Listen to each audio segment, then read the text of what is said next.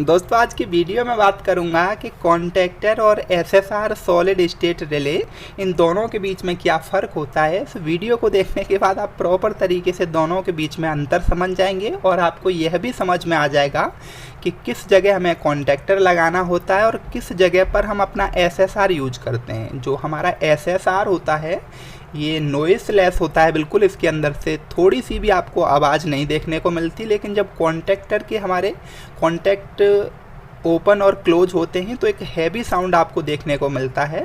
पहले मैं आपको प्रैक्टिकली दिखा देता हूं कि जब हम कॉन्टैक्टर के थ्रू किसी अपने लोड को स्विच करते हैं तो कितना हैवी साउंड होता है। दोस्तों यहां आप देखेंगे कि मैंने कॉन्टैक्टर को कनेक्ट करके रखा हुआ है और दूसरी साइड में आप देखेंगे तो यहाँ मैंने आपको एक एसएसआर लगा के दिखाया हुआ है। एसएसआर के कनेक्शन कैसे किए जाते हैं थोड़ी देर में आपको प्रॉपर तरीके से समझाऊंगा। फिलहाल मैं इस कॉन्टैक्टर को आपको ऑन करके दिखाता हूं तो आप देखेंगे जैसे ही मैं स्विच के थ्रू इस कॉन्टैक्टर को ऑन कर रहा हूं तो कितना हैवी नॉइस आपको देखने को मिल रही है इस कॉन्टैक्टर के थ्रू। एक बार मैं इस एसएसआर को भी ऑन करके दिखाता हूं, फिर आप देखेंगे कि एसएसआर के अंदर से कितना नॉइस आपको देखने को मिलेगा। एसएसआर बिल्कुल हमारा नॉइसलेस होता है, इसके अंदर से थोड़ा सा भी आपको नॉइस देखने को नहीं मिलेगा। जैसा आप देख सकते हैं कि एसएसआर हमारा ऑन हुआ लेकिन बिल्कुल भी आपको नॉइस देखने को नहीं मिल रही है। मैं स्विच दबा रहा हूं तो स्विच का आपको थोड़ा सा आवाज़ देखने को मिल रहा है, लेकिन एसएसआर के अंदर से बिल्कुल भी नॉइस देखने को नहीं मिलती है, ये नॉइस लेस होता है। दोस्तों इंडस्ट्री के अंदर ये 3 डिवाइस आपको देखने को मिलेंगे अपने लोड को स्विच करने के लिए। या तो हम कॉन्टैक्टर का इस्तेमाल करते हैं, कहीं कहीं आपने देखा होगा कि कॉन्टैक्टर की तरह हम रिले का इस्तेमाल भी करते हैं। इसको इलेक्ट्रोमैकेनिकल रिले भी बोला जाता है। और आप देखेंगे कि इंडस्ट्री में किसी किसी जगह पर हम एसएसआर सॉलिड स्टेट रिले का भी यूज करते हैं। आपने कॉन्टैक्टर और सॉलिड स्टेट रिले के बीच में एक बेसिक सा डिफरेंस देख लिया कि भैया जो कॉन्टैक्टर होता है वो हैवी नॉइस करता है, खटपट की आवाज़ करता है, लेकिन जो हमारा सॉलिड स्टेट रिले होगा ये बिल्कुल भी आवाज़ नहीं करता है, स्मूथ ऑपरेशन होता है। दूसरा सबसे बड़ा एक बेसिक डिफरेंस ये भी होता है कि जो कॉन्टैक्टर हमारे कॉन्टैक्ट को स्विच करता है वो काफ़ी टाइम में करता है। मतलब सीधा सा ये है कि 30 मिली सेकेंड से लेके 100 मिली सेकेंड तक का इसका स्विचिंग टाइम होता है।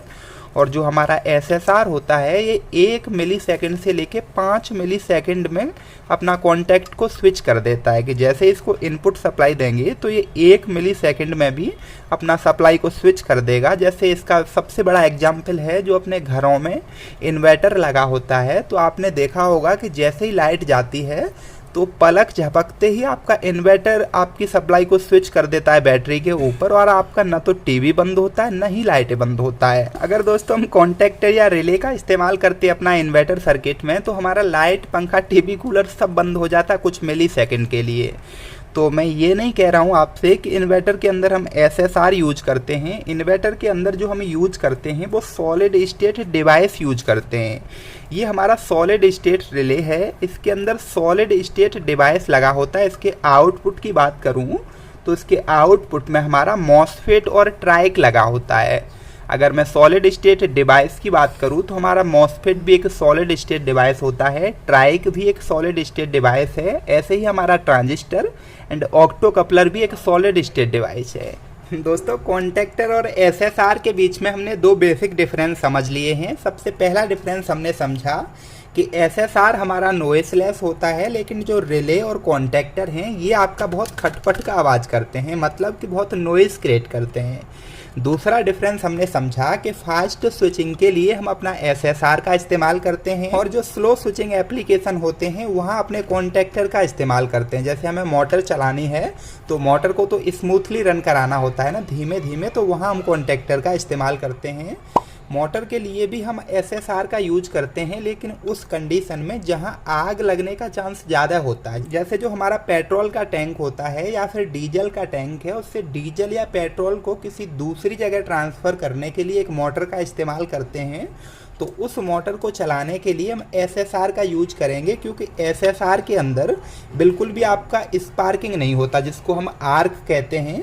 आर्क आपके कॉन्टैक्टर में आपको देखने को मिलेगा, क्योंकि कॉन्टैक्टर के अंदर मूवमेंट वाले पार्ट होते हैं। एज इट इज हमारे रिले में भी मूवमेंट वाले पार्ट होते हैं जो आप यहाँ देख सकते हो। फिलहाल मैं आपको एक कॉन्टैक्टर को खोल के दिखा देता हूँ, जिससे कि आपको प्रॉपर तरीके से समझ में आएगा कि इसके अंदर क्या क्या होता है। दोस्तों कॉन्टैक्टर में यहाँ से मैंने एक स्क्रू खोल दिया है और दूसरी साइड से भी एक स्क्रू खोला।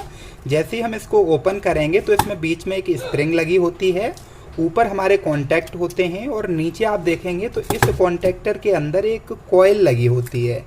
जो कॉइल है ये जब हम कॉइल में सप्लाई देते हैं तो कॉइल हमारा एनर्जाइज होता है और कॉइल को एनर्जाइज होने में थोड़ा सा टाइम लगता है, इसीलिए हमारा कॉन्टैक्टर 30 से 100 मिली सेकेंड का टाइम ले लेता है अपने कॉन्टैक्ट को स्विच कराने में। तो आप प्रॉपर तरीके से देख सकते हैं कि कुछ इस तरीके से कॉन्टैक्टर काम करता है। जब यहाँ कॉइल लगी होती है, कॉइल में सप्लाई देते हैं तो यहाँ इलेक्ट्रोमैग्नेटिक बन जाती है और ये जो है इस वाले पॉइंट को अपनी तरफ खींचती है। तो जैसे ही ये पॉइंट हमारा नीचे जाता है तो हमारा कॉन्टैक्टर ऑन हो जाता है।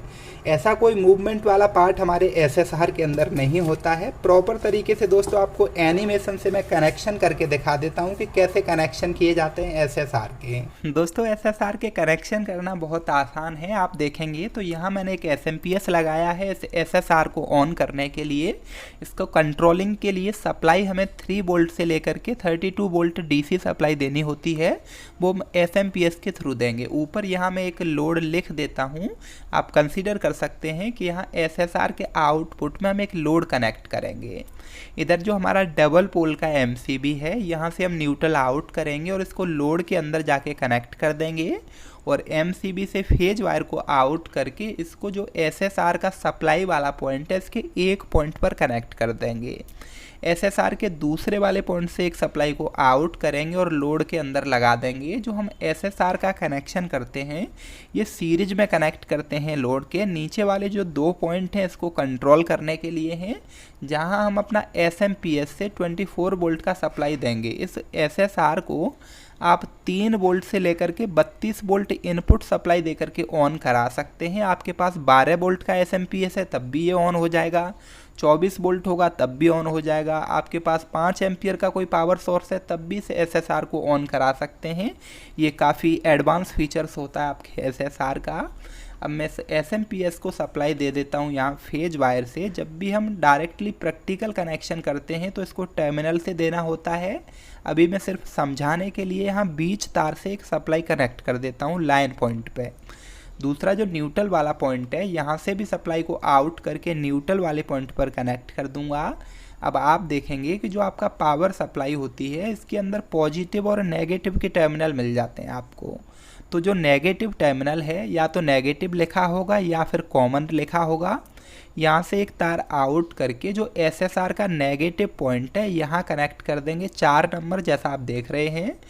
एसएसआर आप हमेशा ध्यान रखना, अगर डीसी के लिए यूज कर रहे हैं तब आपको डीसी वाला लेना है। दोस्तों यहाँ एसएसआर के ऊपर आपको लिखा हुआ दिख जाएगा कि आउटपुट में डीसी सप्लाई देगा या फिर एसी सप्लाई के लिए है। अभी के केस में आप देखेंगे कि 24 वोल्ट से लेकर के 380 वोल्ट एसी सप्लाई इससे आउट करा सकते हैं।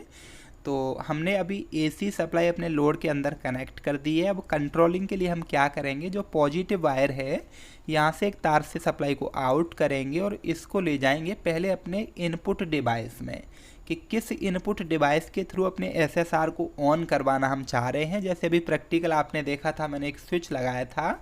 एज इट इज हम इसका इनपुट डिवाइस में स्विच लगा सकते हैं, सेंसर लगा सकते हैं, काउंटर टाइमर या पीएलसी के थ्रू इसको ऑन कर सकते हैं। तो इनपुट डिवाइस में हम सप्लाई देते हैं और इनपुट डिवाइस के थ्रू इस एसएसआर को हम ऑन कराते हैं।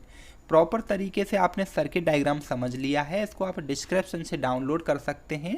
अब आपको एक नेगेटिव पॉइंट दिखाता हूँ एसएसआर का कि इसके अंदर एक कमी क्या होती है। दोस्तों एसएसआर को जब हम किसी हैवी लोड के साथ कनेक्ट करते हैं तो एसएसआर हमारा बहुत ज़्यादा हीट होने लग जाता है। तो उस हीट से एसएसआर को बचाने के लिए हम यहाँ हीट सिंक का इस्तेमाल करते हैं। यही बस एक डिसएडवांटेज होता है एसएसआर का कि यहाँ पर हमें हीट सिंक का उपयोग करना होता है, लेकिन कॉन्टैक्टर में ऐसा कुछ हमें हीट सिंक का या फिर रिले के अंदर हीट सिंक का यूज नहीं करना होता है। अगर आप सभी स्टार्टर का प्रैक्टिकल वीडियो देखना चाहते हैं तो इधर आई वीडियो पर क्लिक करके देख सकते हैं। जल्दी ही मिलूंगा एक नई वीडियो में, तब तक आप अपना ख्याल रखिए।